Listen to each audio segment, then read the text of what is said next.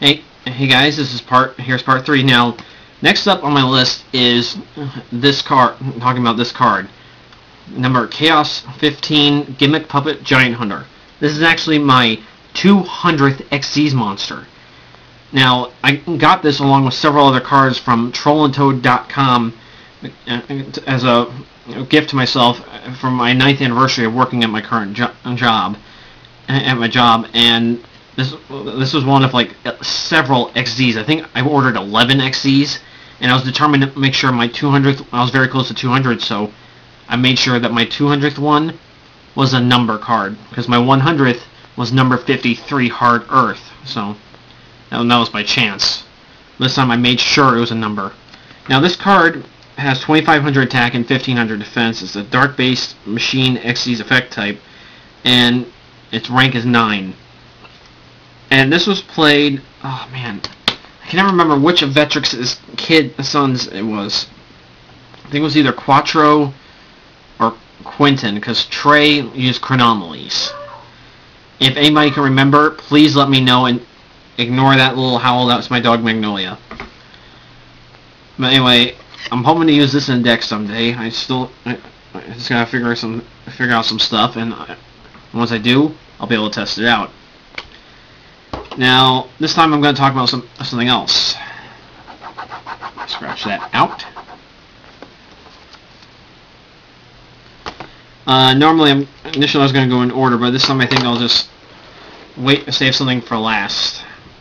The next one for last. But so this one, I want to talk about Derek Jeter of the New York Yankees.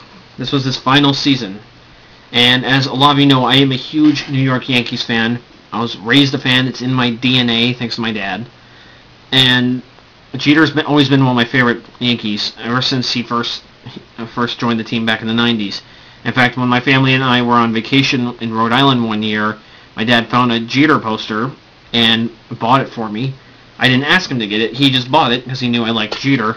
And I still have it, actually. We haven't gotten around to hanging it up yet, but here at this house that we've been living at for almost about 4.5 years. But you know, it's in something that I used to have, this dinosaur poster I had in my room growing up in. So once we get around to it, we're gonna hang it up. But anyway, Derek Jeter was one of the best Yankees. I never met him though, but I wish to meet him someday. Anyway, he's one of those rare Yankees who was actually handpicked to be team captain because he had a way with the rest of the team. He had a good friendship with them. In fact, I found out from watching TV that he was actually with Jorge Posada when Jorge met his wife, and Jeter was the best man of that at the wedding. Would not be surprised if Jeter was the best man of one of Jorge's kids. I mean if he was Godfather. Sorry. But Derek, you know, he had some famous relationships, such as with Mariah Carey, but I focus more on his work in the game rather than other things.